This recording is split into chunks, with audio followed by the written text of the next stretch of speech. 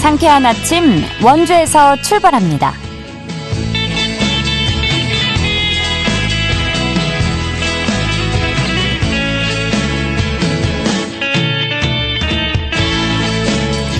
안녕하십니까. 7월 29일 월요일 KBS 원주방송국에서 보내드리는 상쾌한 아침 원주에서 출발합니다. 저는 진행의 이은주입니다. 오늘 구름 많고 흐린 가운데 비 소식 있습니다. 내일까지 예상 강수량은 중북부 내륙과 산지에 5에서 30mm, 남부 내륙과 산지에 5에서 10mm인데요. 원주와 횡성에는 현재 폭염주의보가 내려진 상태입니다. 낮 최고 기온 평창 31도, 원주 횡성 영월 32도까지 오르겠습니다.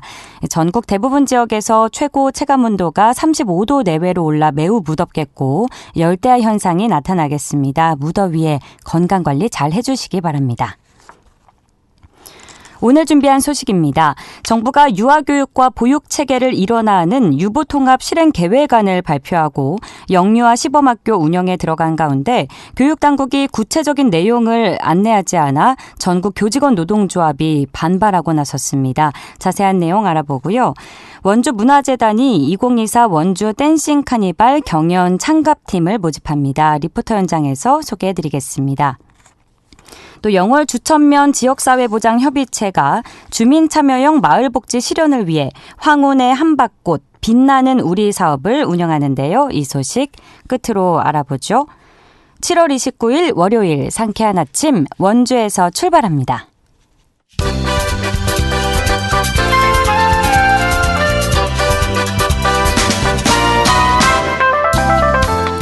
오늘의 뉴스입니다. 어제 오후 2시쯤 강원도 인제군 인제읍 내린천 계곡에서 폭발물로 추정되는 물체가 발견됐습니다.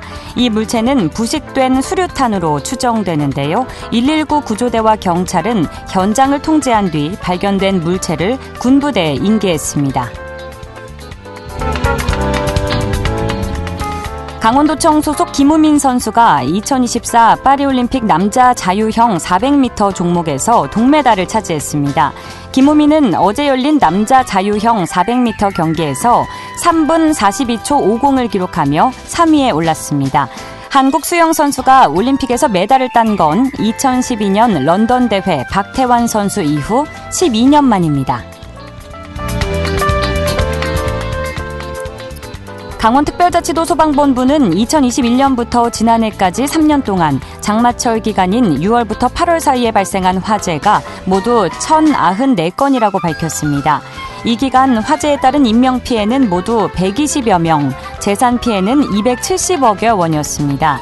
화재 원인으로는 누전이나 합선 등 전기적 요인이 400여 건으로 가장 많았습니다.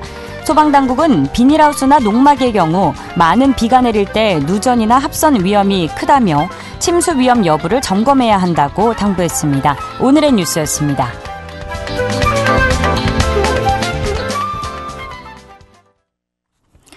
상쾌한 아침 원주에서 출발합니다. 함께하고 계십니다.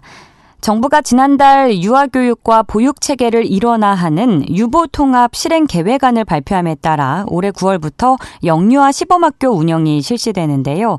이를 두고 교육당국이 구체적인 지침을 안내하지 않아서 교육계 반발이 커지고 있습니다. 자세한 상황 전국 교직원 노동조합 강원지부 진수영 지부장 연결해 알아보도록 하죠. 지부장님 안녕하십니까? 네, 안녕하세요. 정교조 강원지부장 진수영입니다. 네, 교육당국이 추진 중인 유보통합, 유아교육과 보육을 통합한다는 의미인데요. 유보통합이 구체적으로 정확히 어떤 교육정책인지 먼저 여쭤보도록 하겠습니다.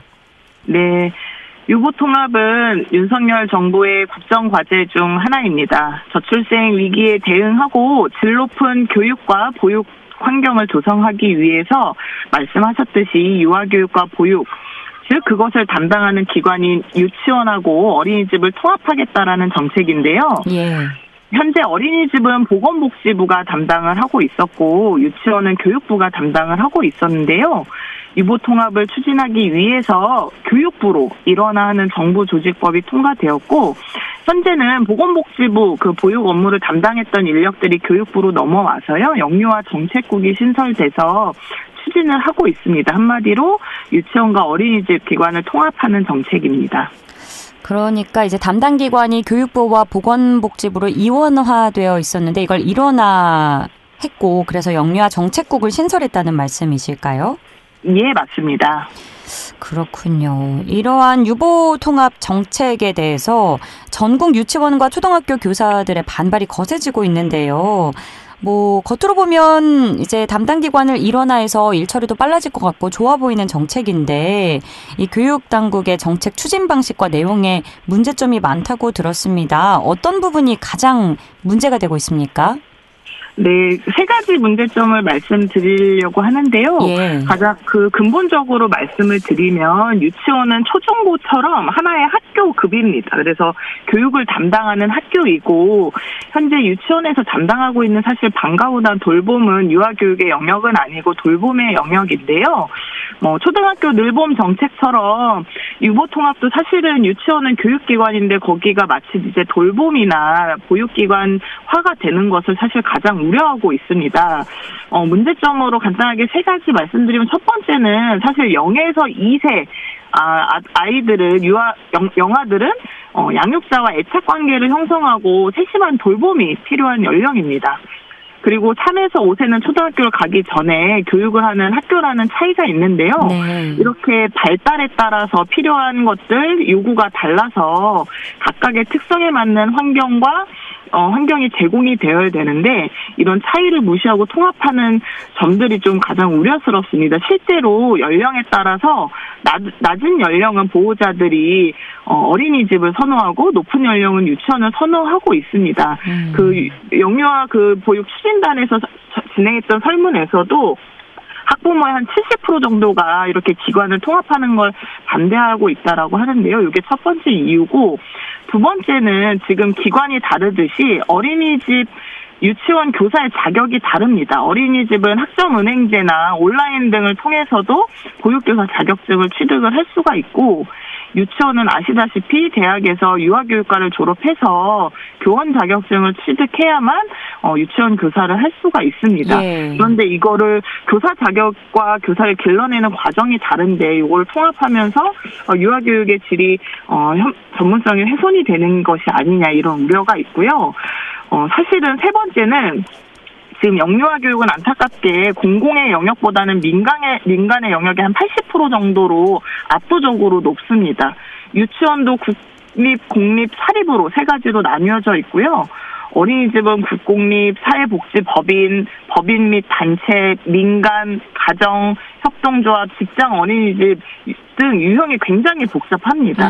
근데 사실은 사립유치원이나 민간 어린이집이 아까도 말씀드렸듯이 한 80%를 차지하는데 이들은 엄밀히 말하면 이윤을 내는 개인 사업자입니다. 근데 회계 투명성인 보장이나 법인화가 되지 않은 상태에서 지금도 공립보다 2배 많은 국가 예산이 사립과 민간에 투입이 되고 있는데 이런 것들이 보장되지 않고 국가의 막대한 예산들이 지금 투입된다는 점에서 좀 우려를 가지고 있습니다. 네, 그러니까 이제 아이들의 발달 과정을 고려하지 않은 부분이 일단 우려되는 부분이고 또 이제 교사 채용 과정이 다른데 이런 부분을 고려하지 않고 이렇게 획일화돼서 교사를 이제 교육을 하게 하면 교육의 질 문제가 발생할 수 있다는 점 그리고 끝으로 예산 관련 문제를 지적해 주신 거죠? 예, 맞습니다. 네, 구체적으로 설명을 잘 해주셨는데 그럼 이 돌봄 시간 확대와 구체적인 예산에 대해서 현장에서 근무하는 교사들과 사전 협의는 전혀 없었던 상황인가요? 네, 가장 반발하고 있는 것은 유아교육을 실제로 담당하고 있는 교사들의 현장 의견을 전혀 수렴하지 않고 깜깜이식으로 일방적으로 지금 졸속적으로 추진하고 있다라는 건데요. 영유아학교 시범 사업 관련해서도 19일 날 어린이집, 유치원 원장들만을 대상으로 설명회가 있었는데 그것도 바로 직전 18일 날 공문을 시행하고 19일 날 설명회를 소집을 했는데 현장 교사들의 의견 수렴 과정은 전혀 없습니다. 아까 돌봄 시간 확대를 말씀하셨는데 네. 지금 영유아 시범학교가 기본 8시간 플러스 추가 4시간, 12시간을 기관에서 돌봄과 교육을 하겠다라고 하고 있는 거거든요. 예.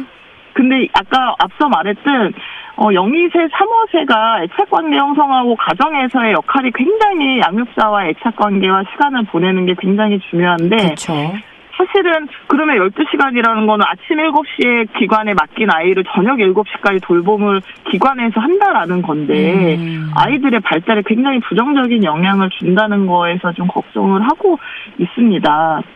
그리고 예산 관련해서도 사실은 지금 기재부에서 유보통합에 필요한 교육돌봄 특별회계 등 추가적인 예산 투입에 대한 계획이 없다라고 이미 공개적으로 발표를 해서 각 시도교육청에서도 엄청 반발을 하고 있는 게 보육 예산 10조 중에서 현재 지자체에서 운영하는 예산 5조는 사실상 보건복지부 지자체에서도 이관을 거부하고 있는 상태고 기재부에서 추가 예산 투입은 없다라고 발표를 하고 있어서 그렇다라고 하면 현재 우리가 우려하고 있듯이 유치원, 초등, 중등이 사용하는 예산이 이제 지방교육재정 교부금인데 이제 유보통합에 필요한 10조 정도의 필요한 예산들을 다 이 기존의 유초중 등 예산으로 해결을 해야 된다라고 지금 예측을 하고 있어서 유초, 중등 모든 교육의 질 하락을 우려를 하고 있습니다.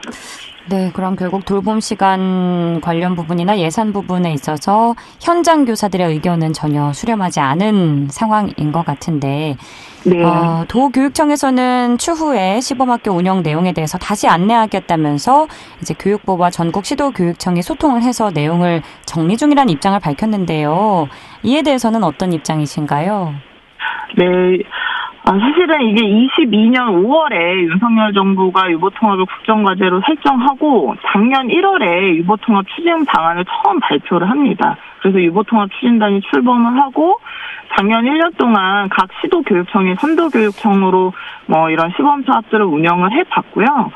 작년 12월에 유아와 보육을 통합하는 정부조직법이 개정이 됐습니다. 근데 이 유보통합에 대한 어떠한 모델이나 구체적인 계획 없이 지난달 6월에 27일 날 실행계획을 발표했는데 여기에 유보통합 모델에 대한 내용은 하나도 없고 9월부터 시범학교를 100개를 운영해서 모델을 만들어보겠다라고 하고 있는 건데요.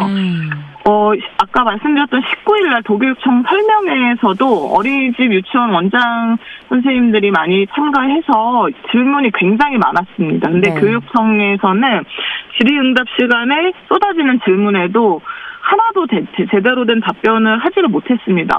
현재 정해진 게 없다. 교육부에서 내려온 게 없다. 교육부랑 소통하고 있다. 답변을 드릴 수 없다의 답변만 계속해서 사실은 현장 반발과 혼란이 굉장히 많이 있었습니다. 이게 강원도만 하더라도 6개를 하반기에 지정을 하겠다라는 거거든요. 네. 6개를 지정하는데 기관당 1억을 지원을 합니다. 굉장히 억소리 나는 굉장히 큰 돈이어서 사실은 아까 말했던 사립 유치원이나 민간 어린이집에서는 이 시범 사업을 신청해서 예산을 받는 것에 굉장히 관심이 있으나 어떠한 질문에도 대답을 하지 못해서 예를 들어 그러면 시범 사업 올해 9월부터 6개월 하고 나서는 내년에는 한번 지원했던 기관은 연장해서 지원을 받지 못하는 거냐 이런 간단한 질문에도 대답을 전혀 하지 못하고 있어서 사실은 전국의 100개 유치원 어린이집에 120억 원이라는 예산을 한시적으로 모델 없이 한번 이걸로 돈 써서 해봐라. 그래서 모델 만들어봐라는 굉장히 위험한 계획이라고 생각을 하고 있습니다. 네, 답답함이 느껴지는데 끝으로 이번 사안에 대해서 교육당국에 못다 하신 말씀 있으시면 정리 부탁드립니다. 네, 현재 우리 유치원 교사들은 그냥 이유 없이 무조건적인 반대를 하고 있는 것은 아닙니다. 우리 유치원 교사들은 우리의 유치원 아이 학생들에게 질 높은 교육을 하는 것이 가장 우선인데 사실은 이 유보통합 설명회장에서 나오는 질문들은 거의 다 돈, 예산과 관련된 질문들이 많이 나오고 있습니다. 정교조는 유아교육의 정체성을 훼손하는 유보통합에 분명히 반대를 하고 있고 0, 2세, 3, 5세 각자의 발달 단계에 맞는 질 높은 돌봄과 교육을 보장하라는 입장을 가지고 있고요. 12시간 기관 돌봄은 국가가 자행하는 아동학대라고 이야기를 하고 있습니다. 사실은 일과 육아를 병행해서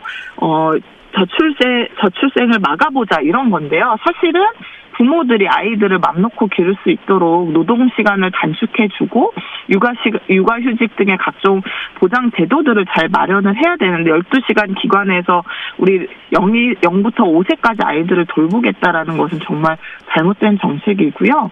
이 정책 실현에 앞서서 선결 과제들이 많이 있습니다. 지금도 장특법, 장애인 등에 대한 특수교육법에 장애를 가진 유아는 의무 교육임에도 특수유아급 설치율이 13%밖에 되지 않아서 아이들이 필요한 교육들을 받지 못하고 있습니다. 이런 것들을 먼저 보장하는 것, 그리고 사립유치원의 회계 투명성을 보장하는 것들이 선결 과제로 있고요.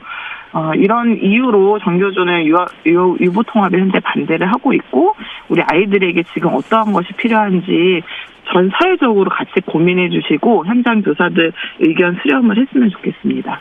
네, 오늘 말씀은 시간 관계상 여기까지 듣겠습니다. 고맙습니다. 네, 감사합니다. 지금까지 전국교직원 노동조합 강원지부 진수영 지부장과 함께했습니다.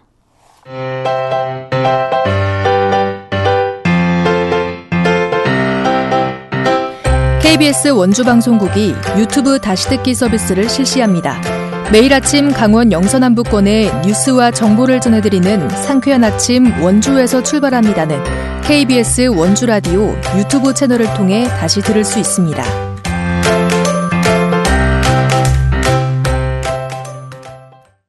8시 48분입니다. 원주문화재단이 2024 원주 댄싱 카니발의 경연 참가팀을 모집하는데요. 올해 댄싱 카니발은 어떻게 준비되고 있는지 알아보겠습니다. 박다연 리포터가 소개해드립니다. 어서 오세요. 네, 안녕하세요. 네, 원주의 대표 축제죠. 댄싱 카니발 오는 10월에 개최될 예정인데 경연 참가팀을 모집하고 있다고요? 네, 맞습니다.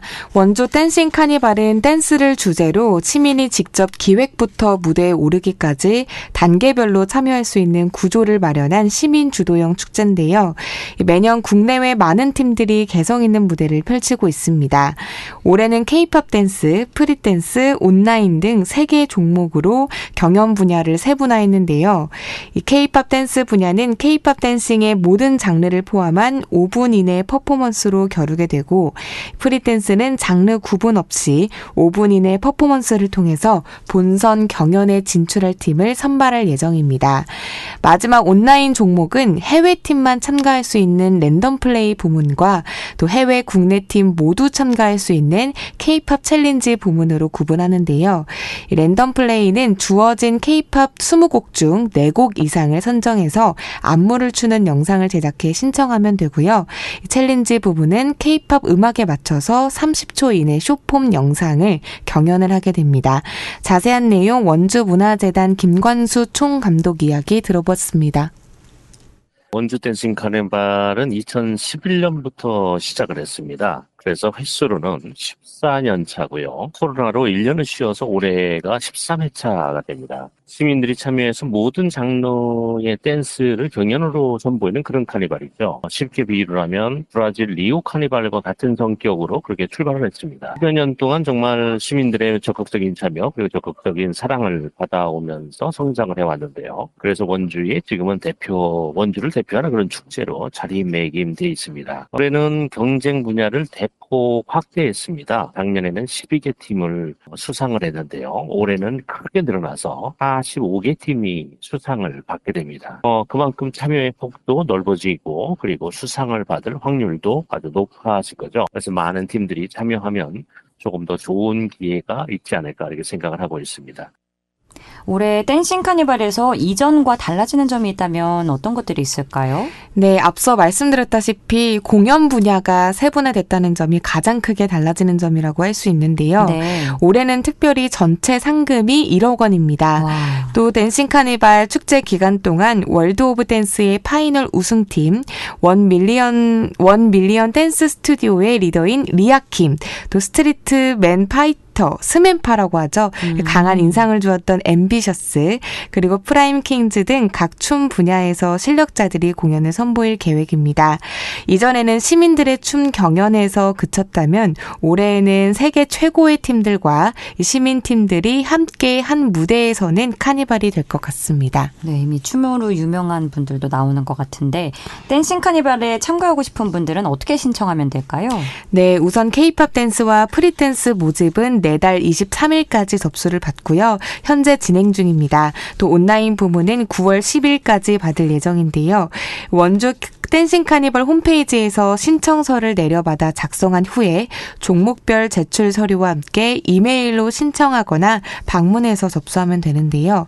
자세한 내용은 원주 댄싱 카니발 홈페이지 또는 원주문화재단 공연예술팀으로 문의해 주시기 바랍니다. 이어서 원주문화재단 김건수 총감독 이야기 들어보시죠.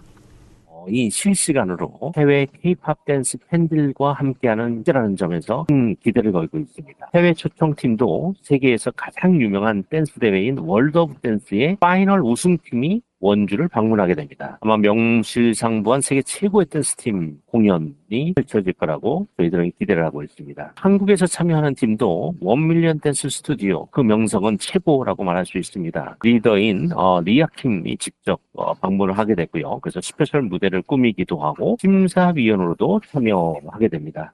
이제는 원주 댄싱 카니발이 원주를 대표하는 댄싱 카니발을 넘어서 대한민국을 대표하는 그런 세계적인 댄싱 카니발로 위상을 갖게 될 겁니다. 더불어서 시민들의 적극 참여로 이루어진 그런 축제이기 때문에 이번에도 시민기획단을 모집합니다. 그래서 기획 단계부터 시민들의 아이디어를 녹여내고 그 아이디어를 가지고 축제를 더 풍부하게 하려고 합니다. 원주 거주 청년이면 누구나 시민기획단에 참여할 수 있고요. 이 홈페이지 방문하시면 시민기획단에 모집을 하고 있습니다. 거기에 신청을 해주시면 될 것 같습니다.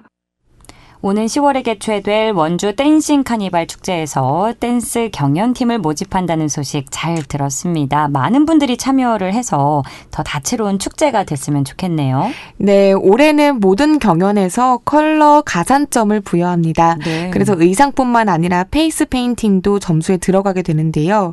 오는 10월 개최될 댄싱 카니발 축제가 알록달록한 컬러로 물들게 될 것 같습니다. 평소 춤추는 걸 좋아하셨던 분들이나 춤에 관심 있는 분들은 주저하지 마시고 또 원주 댄싱 카니발에 도전해 보시기 바랍니다. 네, 오늘 소식도 잘 들었습니다. 박다현 리포터였습니다. 네, 감사합니다.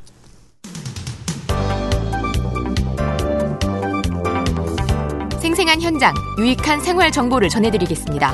KBS 원주 라디오 상쾌한 아침 원주에서 출발합니다를 함께하고 있습니다. 영월군 주천면 지역사회보장협의체가 어르신들의 삶의 만족도 증진을 위해서 주민참여형 마을복지대학 황혼의 한밭꽃 빛나는 우리 사업을 운영하고 있는데요. 사업에 참여하신 어르신들의 반응이 아주 뜨겁다고 합니다. 자세한 내용 영월 주천면 지역사회보장협의체 신명화 위원장 연결해 알아보겠습니다. 위원장님 안녕하십니까? 네, 안녕하세요. 네, 영월 주천면에 65세 이상 1인 가구가 지속적으로 증가함에 따라서 어르신들의 고립감 해소를 위해서 다양한 프로그램 지원 사업을 실시하고 계시다고 들었는데요. 이번 사업에서는 어르신들을 위해 어떤 체험 프로그램이 제공됐나요? 네. 주천면은 지역사회보장협의체는 2023년부터 관내 소유된 어르신들 간의 소통과 교류를 통해 사회적 고립감을 해소하고 소속감을 형성하도록 3가지 프로그램을 실시하고 있습니다.